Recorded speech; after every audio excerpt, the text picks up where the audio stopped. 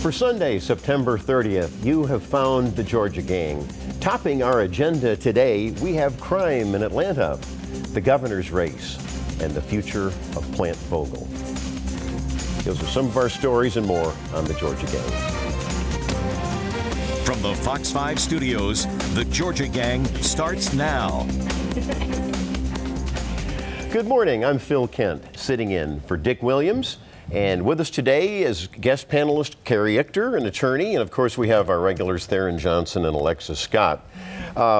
Let's get right to it, though, with our ace political reporter, Lori Gary. She is going to come up with our topic on crime. Well, thanks, Phil. You know, many residents all over the city of Atlanta say they've had enough when it comes to crime. They're pointing the finger at Atlanta city leaders who've done very little when it comes to police officer pay. Some council members are paying attention, now making officers' salaries a priority. APD is already understaffed by about 400 officers, losing more and more. So I'm not sure we have that much time. Buckhead resident Ann Walsh, who lives in the Atlanta Police Department's Zone 2, says the increase in crime in her community has to stop. The statistics back up her claim that crime there is on the rise by 13% compared to this time last year. Take a look at the number of violent crimes. Through mid-September last year, there were 6 murders. This year, that number is up by 2 to 8.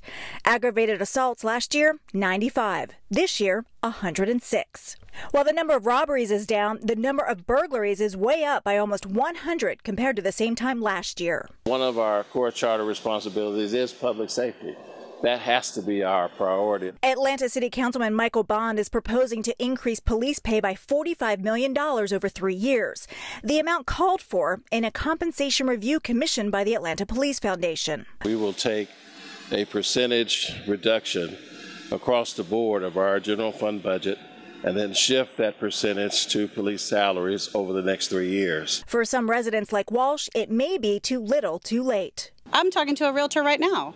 Absolutely. Absolutely. Everyone's extremely discouraged. We don't feel safe. To give you some more perspective, that review commissioned by the Atlanta Police Foundation found for every 100 officers hired, 250 leave each year. Phil, back to you. Well, thank you, Lori. Theron, you've heard that report that she gave. What is City Council going to do next? Are we going to, for example, see some pay hikes coming? Yeah, and I think, look, Lori did a really good job of sort of capturing sort of the council's involvement in this. I mean, Michael Julian Bond has come forward with a very optimistic and sort of real proposal. I think there's going to be some conversations about how you can really sort of maybe amend the city charter to add more specific funding for police officers.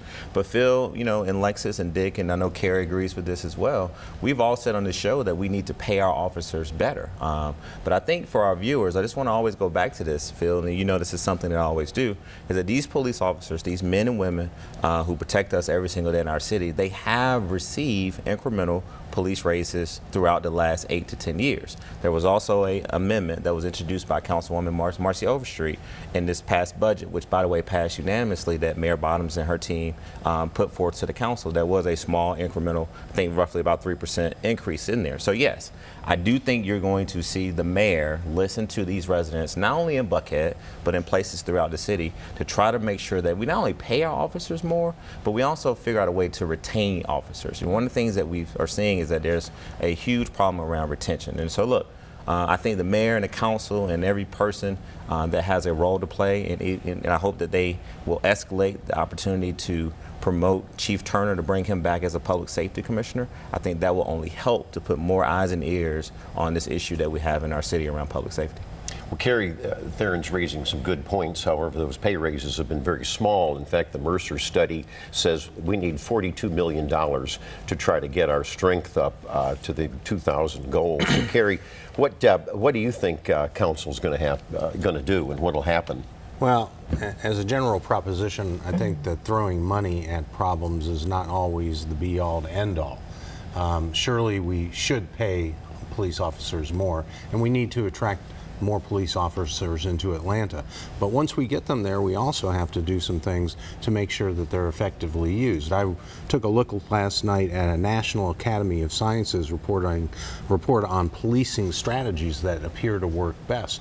And it said that one of the things that you need to do is something called hot spotting, which is putting police presence, maximizing that presence in the most crime-ridden areas. And the findings of that study were that it does not push crime out to other areas, but rather tamps it down in that area and actually suppresses crime. The idea also of stop and frisk, which I know is not too popular among folks like Bill de Blasio, is an effective mechanism in high crime areas to protect the people in those areas, and we should be focusing on that sort of thing. But we're a growing city, and one of the byproducts of population and economic growth is you're going to see a growth in crime. You can't police a growing city with a shrinking police force, and that's what we're looking at. Well, Alexis, he's making a good point. How do you feel we should deal with the rising murders and the rising shootings in Atlanta? Well, I think one of the problems that we've had is coming out of this Great Recession has helped a lot of people and not helped others. And where you have people with poverty and maybe no hope of getting a decent income, that sometimes people turn to crime and they go where the money is. And people who are making money are the ones, as you pointed out, in Buckhead and other places that are seeing the rise in crime. But I do think that having an adequate police force and with well-paid and have competitive pay, there are other incentives that the city has already tried that I think will be helpful to continue that, and that's to give police officers incentives to live inside the city limits. And that that's a good point. Let's touch a little bit on something Theron touched on a few minutes ago, and that is the appointment, or the apparent appointment, of George Turner, a former police chief, as some so-called public safety commissioner. This is another layer of government, and it's between $200,000 and $300,000 for his salary.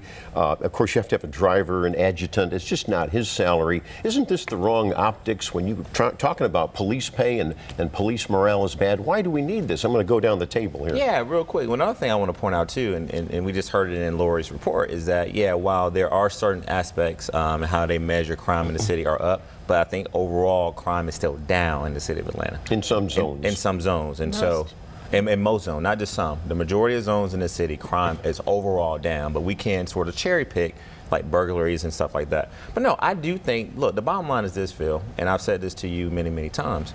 I think when you have competent, experienced leaders like Chief Turner, who I think that when he went before the council, there was a pushback from your good friend, City Councilman Howard Shook, to say that the city wanted to be responsible for paying for his salary because therefore they felt that he had more of a vested interest in, you know, kind of controlling him.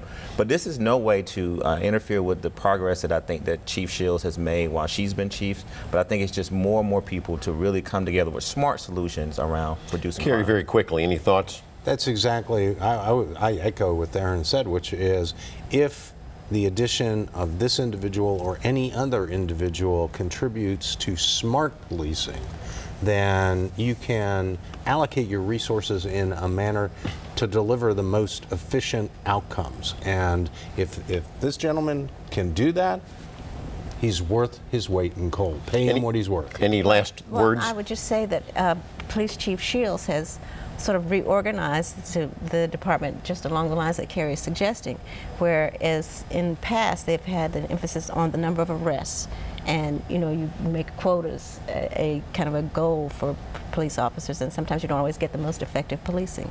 Well, Alexis, you got the last word on that one. When we come back, we're going to be talking about the Gulch Project in Atlanta, and guess what? There's a governor's race going on. Stay with us.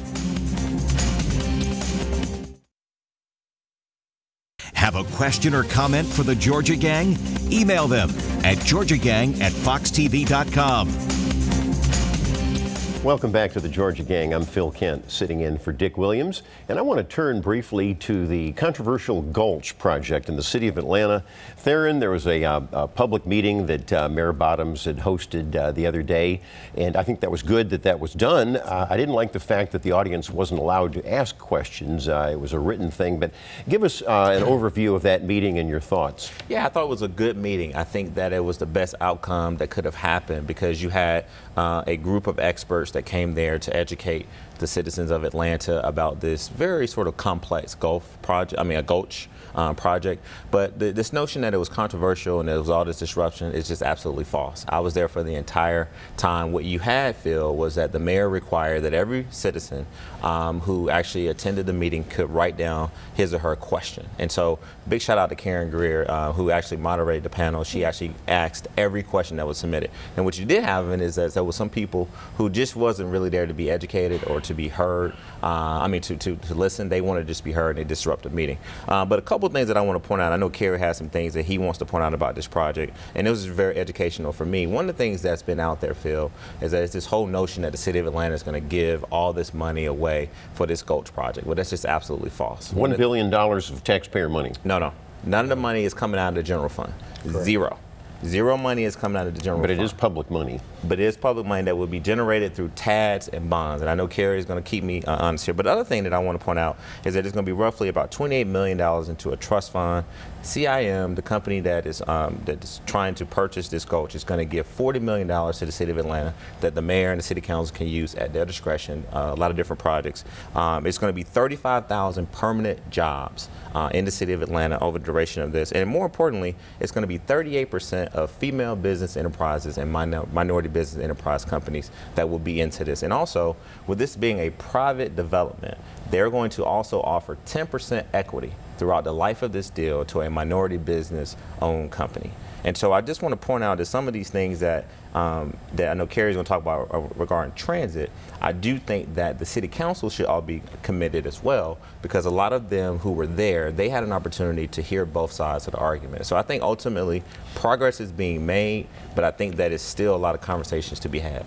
Well, Kerry, the city council, as we last looked, seems to still be balking. It doesn't appear to be a majority vote there. What are your thoughts? Hopefully they will come to understand that when we talk about public financing here, we are talking about bond financing, and the nature of bond financing is that it gets paid back. This is not a giveaway.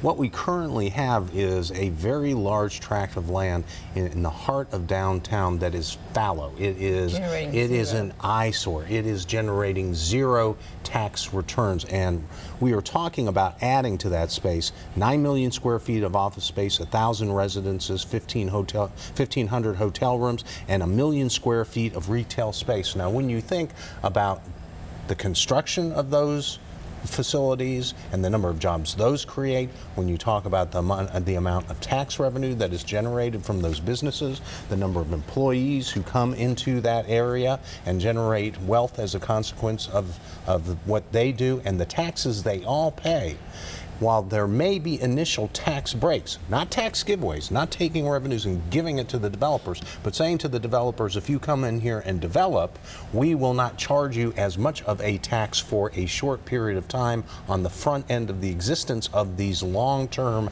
assets. It is a boon for the taxpayers in the future.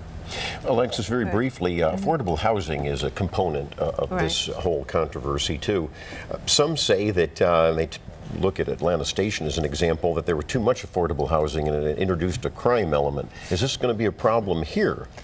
I never heard that, Phil, but I think that it won't be a problem because people need to have affordable housing, particularly if it's going to generate that many jobs, and all of them are not going to be high-paying jobs. People are going to need to have that access, and so I think it's a good thing, and the city is planning to have that as part of the project. And then Kerry was going to talk about the transit. I think some people have complained that they should be doing this. What do they call it? A multimodal station. Yes. Right. Well, but the Gulch does connect the MARTA station at 5 Points as well as the one at the State Farm Arena area. So it will be a connection there for different kinds of transit that's going to be put in place. And apparently the ratio of people expected to be going to the Gulch on a regular basis to parking spaces is significantly reduced, which will be an encouragement for folks to use public transit to access the facilities there. Okay, well, that was the closing argument by Kerry Ichter. We're going to pivot to the governor's race, and we saw a discussion last week. We had Theron and Alexis. We talked about Stacey Abrams' education plan, and this week week, Brian Kemp, the Republican candidate for governor, unveiled his. Some interesting things, just interesting for the viewers. The average salary in Georgia is $55,532 annually for teacher pay. He wants to raise it to $59,660, which is the national average. And let's go around the table very briefly. I think that education is a huge issue here. I'm glad both candidates are drilling down, very contrasting views there, and analyze the Kemp plan. Well, I think what you see from the Kemp campaign, I think after coming off a week where they sort of were befuddled around health care. There was this, whole notion that he really didn't articulate the best sort of health care plan, and they really leaned on Jeff Duncan, who's running for lieutenant governor. I think what you saw from the Kemp campaign was coming back with something that we've heard for many, many years and decades in this state, is that we always want to give teachers more money. I think what he also tried to do is to really promote sort of more education plan that he thought that would not only resonate in the metro area, but also in the rural areas. But, you also got to give Abrams credit too. I mean, when it comes to proposals and plans, I mean, she's got a robust plan, but there are some differences there, and it always sort of, to me. When you say robust, you mean big spending, big taxes, no, break the bank? I think it's very detailed. It's from cradle to career, and it's going from preschool to work. All right, well, expand on Brian Kemp's plan. There isn't much to it. You don't like it? Well, I think he just wants to throw money. You don't want salary increases for teachers? Absolutely, but that's not the solution. I mean, that's what he's trying to do. I mean, he always goes to the money. Carrie, what about Brian Kemp's education plan? Well, it sounds pretty good to me. They agree on a lot of things. They both want to spend more money on teacher salaries, and both have pledged to fully fund schools through what is called the Quality Basic Education formula that Georgia has adopted. And for the first time since 2002, we're fully funding pursuant to the QBE formula. Now, Stacey Abrams criticizes Secretary Kemp, saying that the idea that he wants to double the student scholarship organization tax cuts. They're essentially vouchers, up from $100 million to $200 million. She doesn't like that. And he says, well, we're fully funding the monies under the QBE formula. If we can add another $100,000 to these scholarship programs, why not do both? There's no reason why we can't fund both. Well, I think Brian Kemp trumped Stacey Abrams on that one. We're going to have to go back. Sorry about that. You can go back to winners and losers on that one. We're going to move on in our next segment to Plant Vogtle, the largest construction project in Georgia, and its future. Join the discussion on the Georgia Gang Facebook page and watch past episodes on the Georgia Gang YouTube channel. Welcome back to the Georgia Gang. I'm Phil Kent, sitting in for Dick Williams. And this was a big week for the future of Plant Vogtle near Waynesboro, where there's half-completed 2 new nuclear generating units. And there's co-owners of this project, the majority one being Southern Company, the parent company of Georgia Power. And Theron, I'm going to go down the panel list again here. We had Oglethorpe Power, one of the co-owners, saying that, gee, we want to continue, but we want to put a cap on it. And there was a back and forth, actually very interesting, where this could create more problems than you might think. So the ultimate end was that Oglethorpe Power said, okay, we'll go ahead. A new deal was reached with the Southern Company, where if there are more cost overruns, that Southern would bear a portion of it. How do you think that all turned out? No, you're exactly right, Phil. And just for our viewers, it was Georgia Power, Oglethorpe Power, Municipal Electric Authority of Georgia, and Dalton Utilities. And, last week it was a lot of conversation about putting this cap. And so big hats off to all those companies that I just named, because they were all able to get in a room and basically strike a deal this week. And one of the things that we were talking about during the break is that this is sort of the big project as far as future of energy, not only in the state of Georgia, but in our country. And while Vogtle has definitely had a lot of spending, one of the things that Georgia Power did this week is that they stepped up to the plate and they say any excess spending around this project that they will incur, they will fit the bill for the majority of that. Which means all of us will pay, but that's okay. Well, ratepayers may have to pay just a tad more, but I think that what we all know through the PSC vote and others, that this is a long-term project that's going to definitely be a good solution for our state. Alexis, you've got some opinions on this. I agree that it's admirable of Georgia Power to say they will pick up the excess, which is good, but they'll pass it along to the ratepayers, which is what they'll do. But I also think the project is so huge, so big, with so many people working on it already, and then the result will be, energy saving, hopefully, and maybe some cost savings, but at the same time, it's just too big of a project just to walk away from. Well, I do agree, and also the nuclear power component here in Georgia is what keeps our costs among the lowest in the nation. Kerry, any thoughts? Well, one of the reasons that this problem has come up in the first place is because litigation initiated by a group called GEA, a utility out of Florida, that has entered into a contract with the owners of Vogtle to buy at an uncapped rate their power from Plant Vogtle.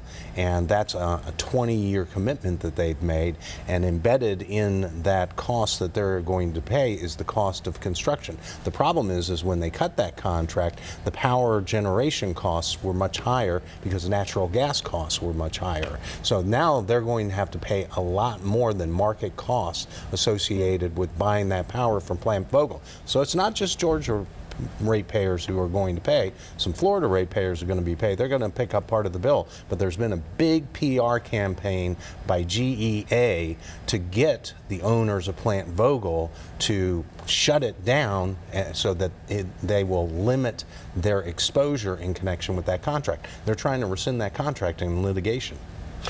Well, thank you for that.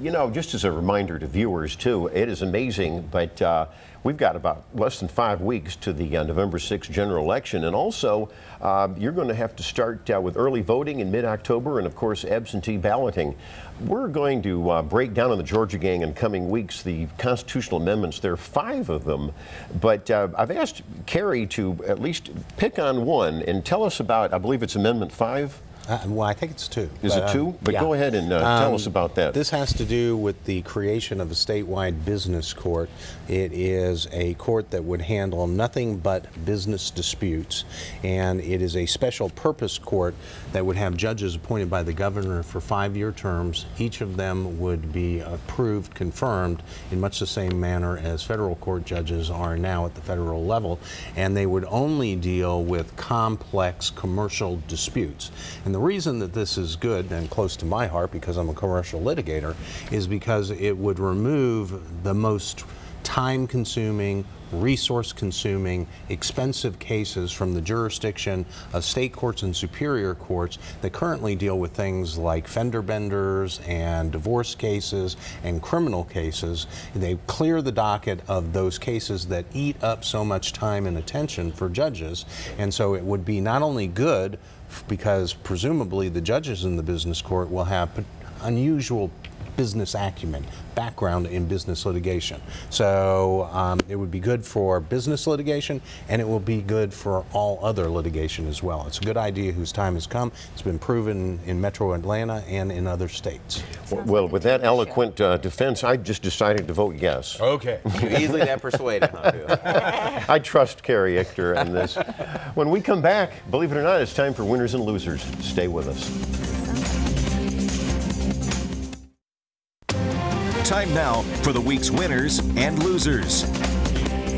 Welcome back to the Georgia Gang. I'm Phil Kent, sitting in for Dick Williams, and I'm going to turn to Theron Johnson on our winners and losers. First winner I want to make is MARTA. This week they introduced their More MARTA program. It's going to be roughly about $350+ million to basically have a fully integrated MARTA system. So it's all about expansion. They've worked in concert with the mayor, so big shout out to MARTA. Also, Delta.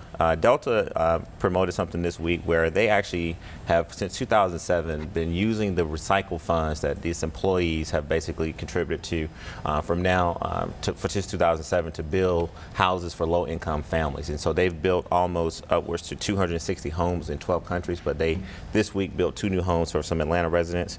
Big shout out to Mayor Bottoms for having the public hearing to let the public hear about this Gulch Project. And then lastly, in the spirit of Dick Williams, who's not here, go Braves. They clinched the division. So I know if he was here right now, he definitely would be talking about the Braves. I agree with you.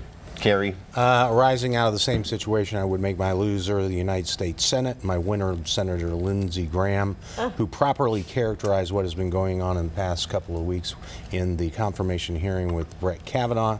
Regardless of who is right and who is wrong, the Democrats in the Judiciary Committee have breached the promises that they made to Dr. Ford to maintain confidentiality, and they could have and should have conducted the investigation into this sensitive matter in a confidential way to protect her and to protect the judge until they had sufficient facts to bring them before the public. I agree with Lindsey Graham that the process has been, to use a word, despicable. Alexis Scott. Okay, I would disagree with Carrie's characterization of what happened. I'm shocked to hear this. Indeed, but I do think that Kavanaugh is the loser, and he will be tainted no matter what happens to him one way or the other, and he could possibly be impeached if they ever figure out what's going on. And then I want to real quickly. I want to name Jamil Jude, my winner of this week.